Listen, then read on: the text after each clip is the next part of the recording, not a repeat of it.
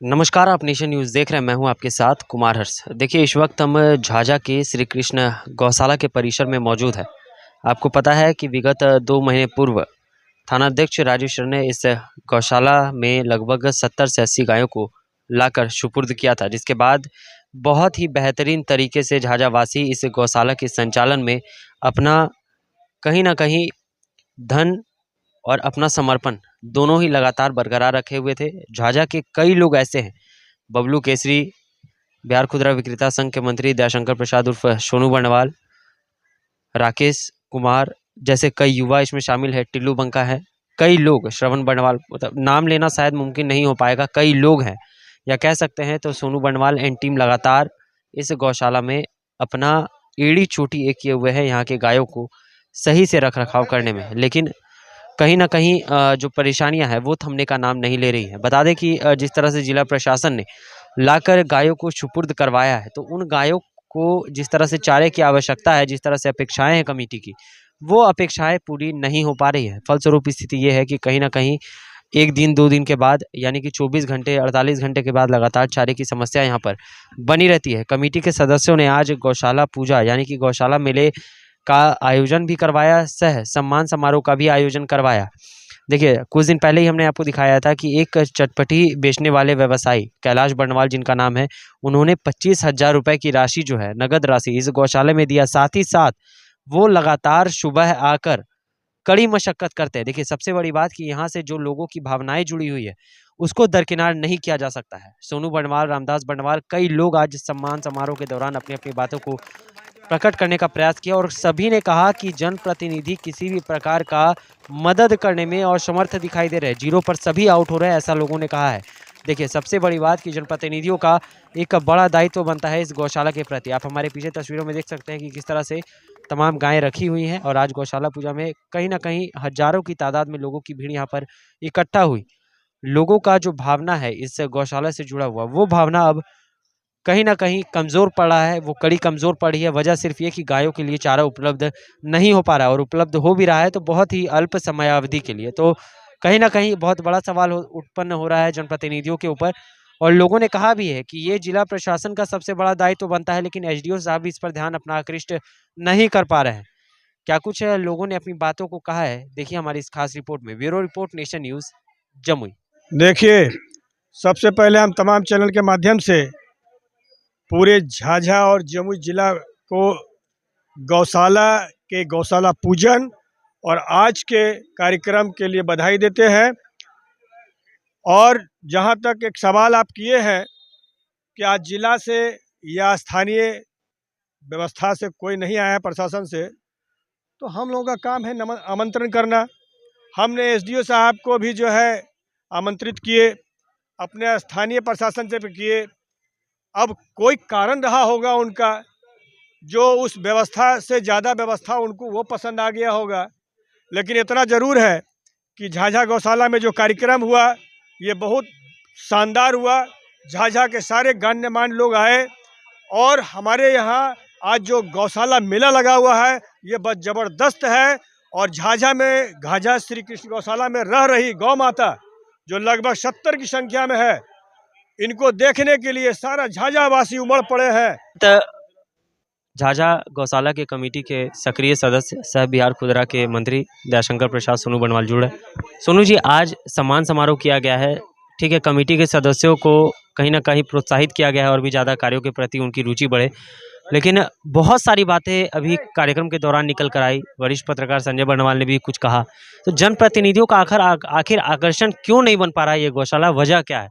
क्या वो ध्यान देना नहीं चाह रहे हैं या फिर उनको लग रहा है कि ये वैसी कुछ चीज़ नहीं है जिस पर ध्यान देना चाहिए, या वोट बैंक का जगह नहीं है इसलिए ध्यान नहीं देना चाहिए?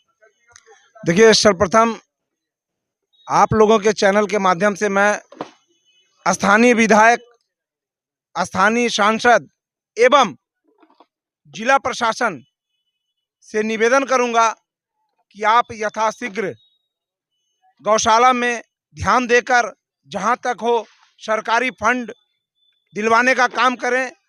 जैसा कि हम सभी जानते हैं, किसी कैदी को पकड़ा जाता है तो उसका खाने पीने का सारा व्यवस्था सरकार करती है। जिस तरह तस्कर से गाय को पकड़कर माननीय थाना अध्यक्ष श्री राजेश शरण जी ने गौशाला को इतनी बड़ी जवाबदेही दी है, मैं उनसे भी एवं जिलाधिकारी से भी निवेदन करूंगा कि सरकारी बहुत फंड होता है, पशु विभाग का भी फंड होता है, आप उसे श्री कृष्ण गौशाला झाझा को भी देने का काम करें। हमारे बिहार सरकार में 17 नंबर में श्री कृष्ण गौशाला रजिस्टर्ड है, और अगर रजिस्टर्ड है तो आप उसका जो होता है खाने पीने का चारा का व्यवस्था, वो सरकारी फंड श्री कृष्ण गौशाला झाझा को देने का काम करें। चलिए, ये तो आपका अनुरोध है, ये आपने कई बार कहा भी है मीडिया के सामने। हम लोगों का ये सवाल है, तमाम मीडिया का सवाल है कि आखिर जनप्रतिनिधियों के आकर्षण का केंद्र यह गौशाला क्यों नहीं बन पा रहा है? वजह क्या है? क्या ये वोट बैंक का जगह नहीं है? देखिए, ये वोट बैंक का जगह है कि नहीं, ये तो समय बताएगा। मैं अभी चुनाव भी नजदीक है, सिर्फ चुनाव के वक्त नेता आते हैं और बड़ी बड़ी बातें कर चले जाते हैं। उन्हें ये समझ में नहीं आ रहा है कि इतना बड़ा गौशाला झाझा में, इतनी गायें आई है और अभी तक विधायक और सांसद पता नहीं क्यों नहीं आ पा रहे हैं। कहीं नहीं कहीं कुछ वजह है, और इसका जवाब आने वाले चुनाव में झाझा की जनता जरूर देगी।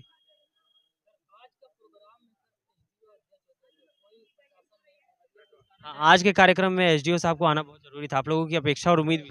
देखिए, हम लोगों को पूरा उम्मीद था, एसडीओ साहब ने भरोसा भी दिया था कि हम आज की बैठक में जरूर आएंगे, लेकिन ये एक तरह से कहिए तो हम लोगों का या गौशाला का दुर्भाग्य है कि कोई भी जिला प्रशासन, स्थानीय प्रशासन कोई उपलब्ध नहीं हो सके।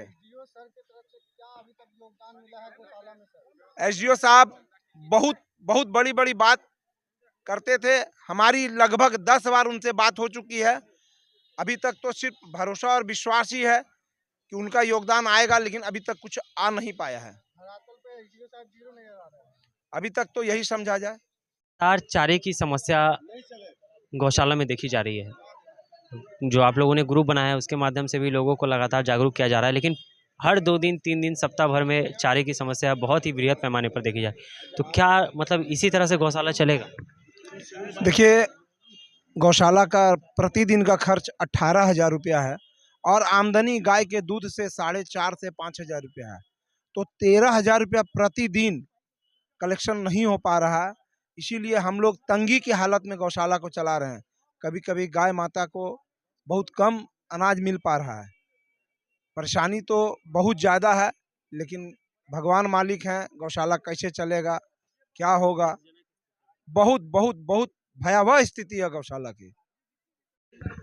आज गौशाला मेला के साथ साथ सम्मान समारोह का भी आयोजन किया गया है।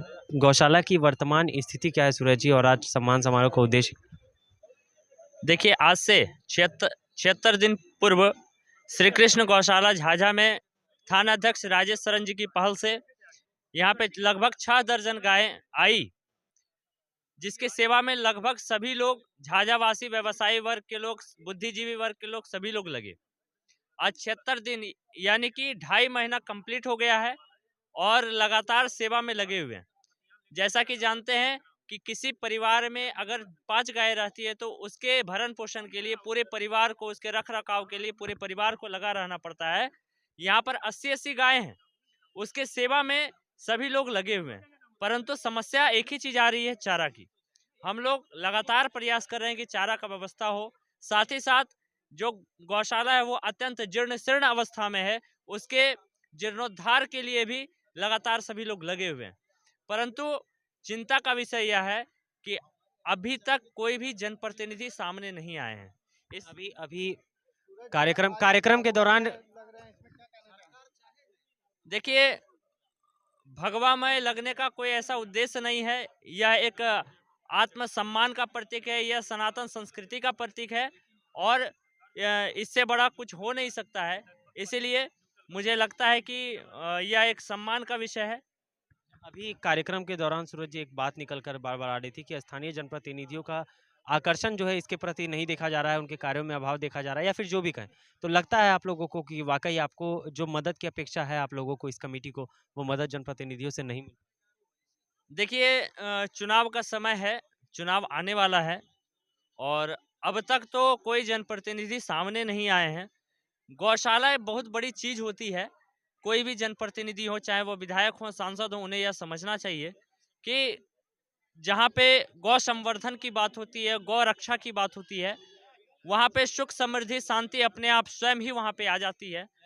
तो सबसे बड़ी बात है कि जनप्रतिनिधि अभी तक एक बार यहाँ पे रह रही गौ माता का दर्शन करने तक नहीं आए। उनका सहयोग क्या हम लोगों को मिलेगा? सिर्फ माननीय विधायक के माध्यम से एक हाई मास्क लाइट की व्यवस्था हो पाई है। उसके बाद ना किसी भी प्रकार का चारा का व्यवस्था हुआ है और ना ही उनके द्वारा किसी तरह का कोई सहयोग मिला है।